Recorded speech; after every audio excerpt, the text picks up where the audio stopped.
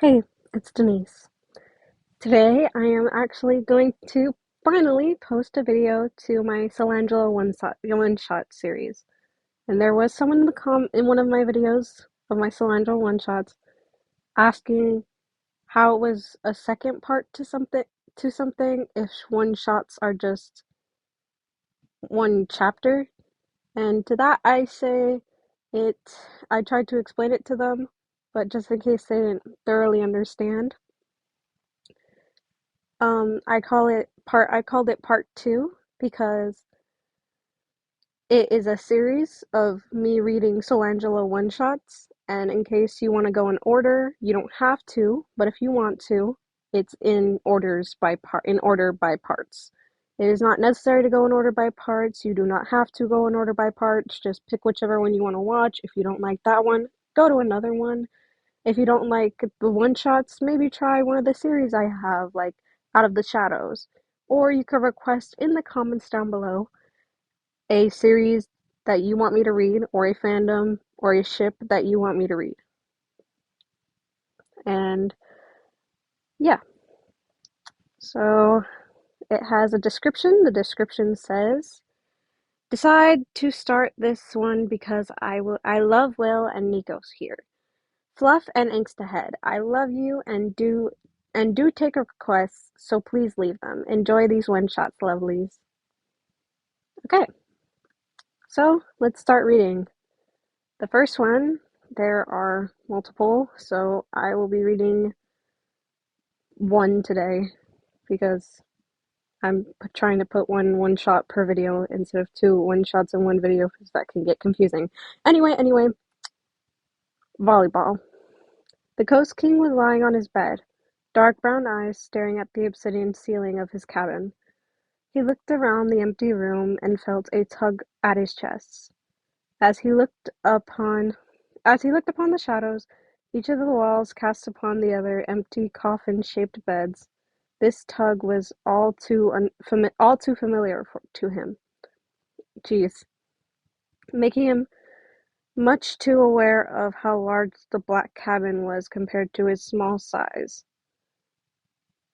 The ebony-haired boy realized he hadn't spoken to a single person since the sun had rose that morning. And now it was over, halfway through its journey from east to west. Normally he would have spoken to Will over breakfast, possibly been roped into an Apollo cabin event or something similar, and been forced to socialize with his ex and forced to socialize with his extroverted boyfriend. I'm sorry, I'm terrible at reading aloud, but I'm trying. Anyway, and whoever had decided to hang out with the likable blonde that day. This morning, though, the blonde had been on duty, cleaning up the medical space he had many other Apollo kids use. That Cleaning up the medical space he and many other Apollo kids used to keep the campers well, as it had gotten extremely messy over the week. His absence had allowed Nico to slip into the shadows during the first meal of the day and retreat to his cabin to be alone for a while. A, t- a, a two rare occasions, in his opinion. That was all. That was all well and good. After all, he enjoyed time by himself, more than most. But after hours of accompanying himself with random activities that didn't require other living people, loneliness had begun pulling at his chest. If you hear noise in the background, it's my dogs. Sorry. Like an annoying ghost, something he had experience with. He blamed Will for this unfamiliar need. He used to be able to go days without wanting to talk to a single person. For Tartarus' sake, he had basically gone over a year with no people to interact with. Unfortunately, now his lover had gotten him quite used to healthily dealing with his emotions and thoughts by talking to other living humans, which he thought was absolutely ridiculous, as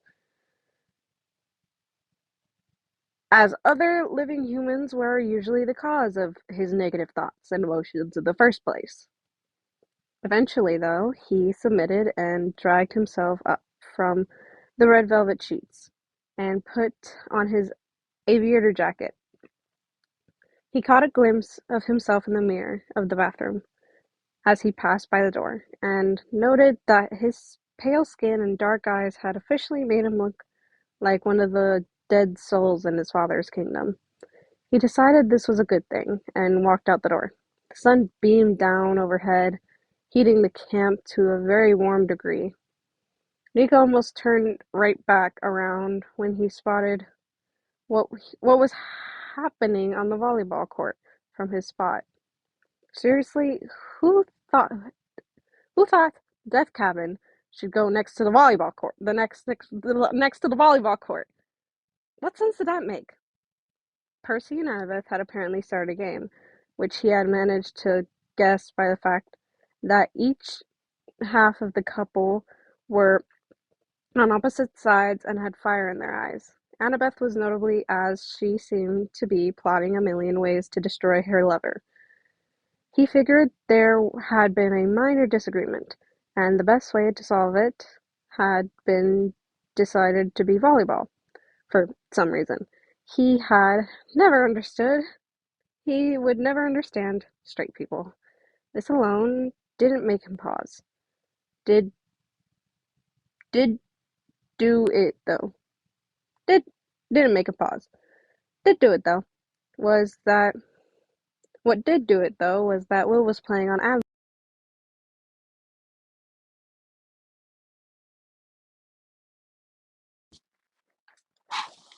The son of Apollo wasn't the only one by any means. Most of the guys had discarded their orange shirts, and other girls were all in sports bras and cropped versions of the shirts. None of them, though, had a perfect tan body, muscular arms, and a six-pack of abs that were making the son of Hades' face turn from nearly white to a brilliant red.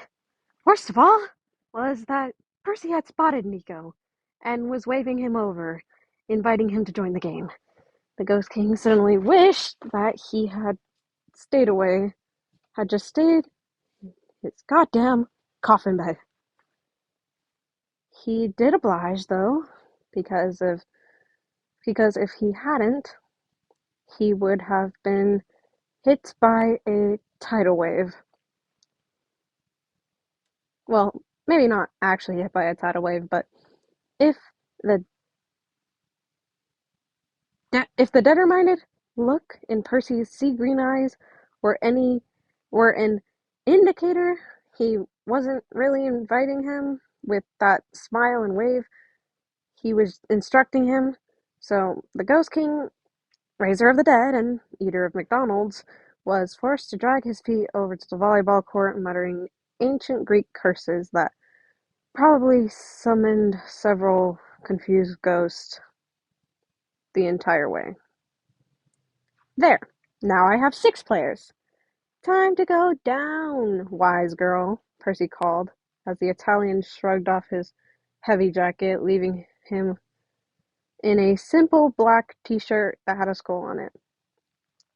He had been told to follow dress code a couple times by Dionysus and Chiron. Both attempts had failed and resulted in many skeletons fighting off grapevines. Annabeth called back something to Percy's declaration, probably much more intelligent than her boyfriend could ever come up with.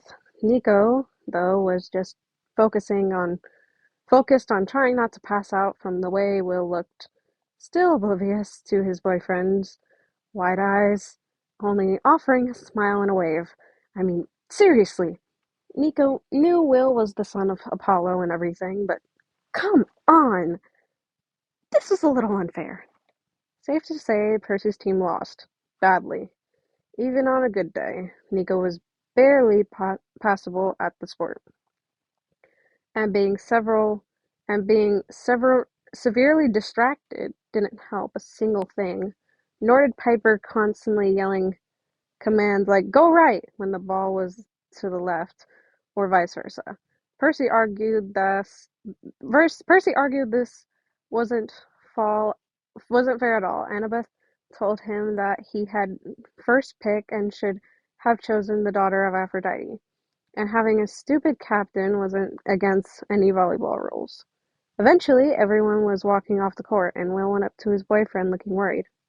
Hey, hi, Nakes. Are you okay? You look like... Oh, God. Hi, Nakes. Oh, my God. If you didn't know this, I am currently giving Will a country accent. So I have to say howdy partner, or I have to think of a country accent to try and get into that mode. But sometimes it doesn't work. So it might take a second for me to do this. I apologize. Howdy partner.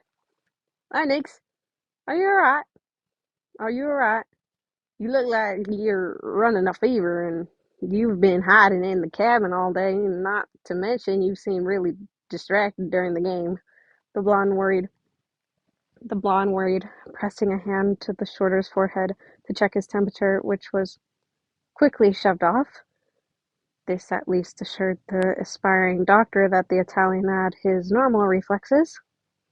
Nico was only half listening to his boyfriend's fretting anyways, his dark eyes trying to find somewhere to look that didn't make his face turn any redder. This was...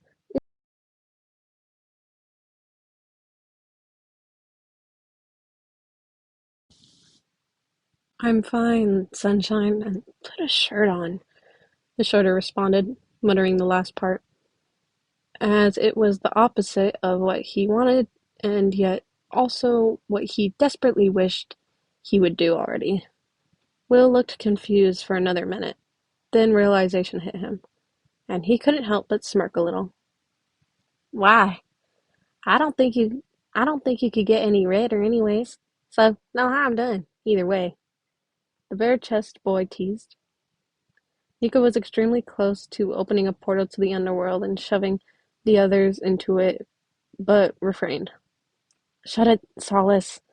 I will raise an army of the dead on you again.